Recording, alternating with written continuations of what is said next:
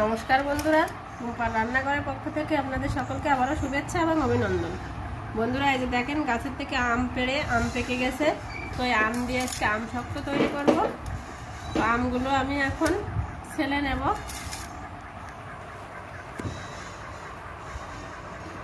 আর এই আমগুলো খেতে খুবই মিষ্টি।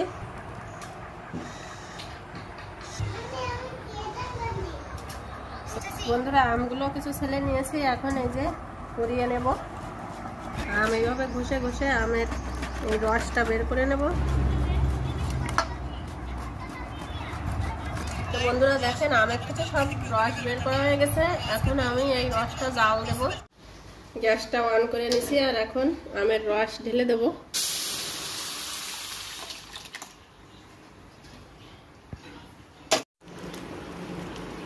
আমের ভিতরে দিয়ে দেবো সামান্য 1 চিমটি লবণ। আর আম খুবই মিষ্টি, তারপরও 2-3 চামচ মতোই চিনি দিয়ে দেবো। আমটা আমি এখন আস্তে আস্তে এভাবে জাল দিয়ে দিয়ে শুকিয়ে ফেলবো আমের এই রস। তো বন্ধুরা দেখেন, তালের মতো কি পরিমাণ ছুটছে, আর আগের থেকে কতটা ঘন হয়ে এসেছে। এইভাবে ফুটিয়ে ফুটিয়ে আস্তে আস্তে জাল দিয়ে ফুটিয়ে ফুটিয়ে আমি আরো শুকনো করে ফেলবো।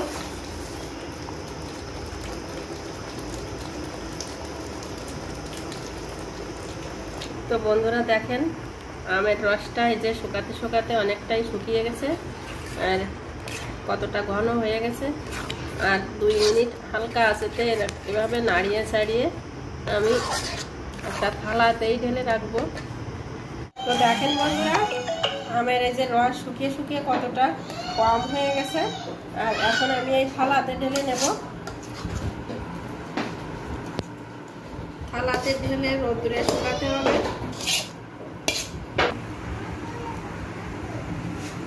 এবার পুরো থালাতে আমের এই কাঠ ছড়িয়ে দেব। এভাবে নাড়িয়ে চাড়িয়ে একটু ট্যাপ করে নেব, সব দিকে যাতে সমানভাবে ছড়িয়ে থাকে। বন্ধুরা, এই যে আম শক্তটা একটু উনানের পরে রেখে দিয়েছিলাম থালা সহ, আর এখন এই যে রোদ্দুরে শুকাতে দেব। তো 2 দিন আমি রোদ্দুরে শুকাইয়ে তারপরে আপনাদের দেখাবো। বন্ধুরা, এই যে আম শক্তটা শুকিয়ে গেছে, এখন আমি উঠিয়ে নেব থালা থেকে। দেখেন শুকায় গেছে, আর থালা থেকে কত সুন্দরভাবে উঠে আসছে।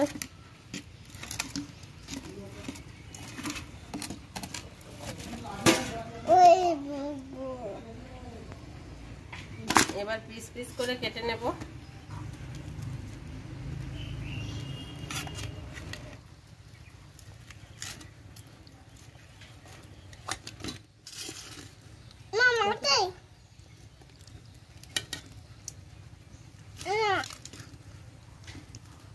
দেখেন, এই যে আম শক্তটা পারফেক্ট।